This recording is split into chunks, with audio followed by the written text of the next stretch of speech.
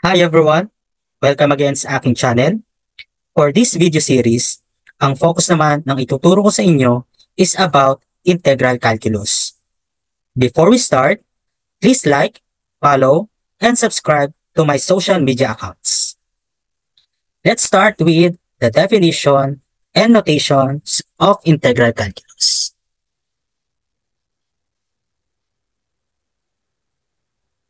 So what is integration? Ang definition ng integration is, it is the inverse operation of differentiation. Ang prerequisites natin dito is yung differentiation or finding the derivative.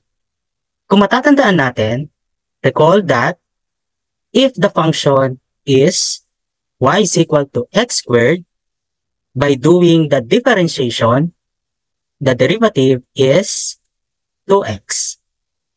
By undoing the differentiation, yung derivative natin na 2x will go back to its original function, which is x squared.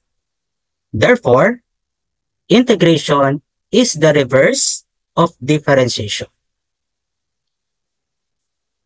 Also, integration is the process of finding a function given its derivative. Meaning to say, sa integration, ang given natin ay derivative, hahanapin natin yung kanyang original function. The result of this process is called integral.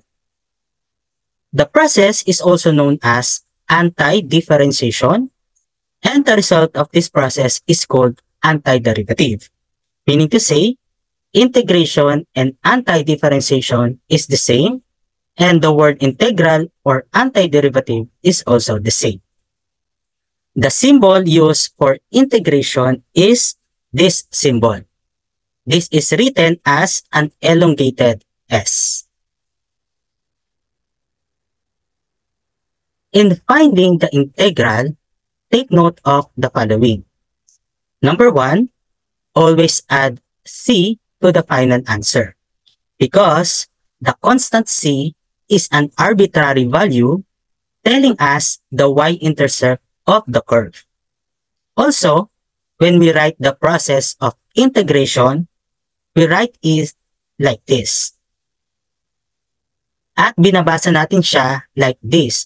Sa left side, the antiderivative of f with respect to x. It is equal to the antiderivative plus arbitrary constant. Here are some examples.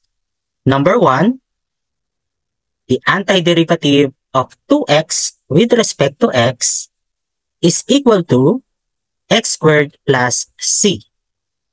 Number 2, the antiderivative of 3x squared with respect to x is equal to x cubed plus c.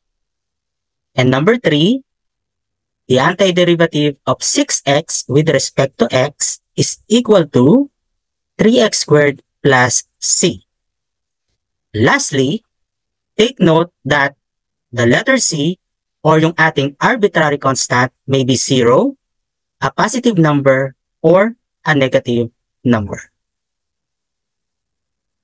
Okay, so if you like this video, please like and share. Then pakipollow na rin po ako sa aking mga social media accounts. Thank you!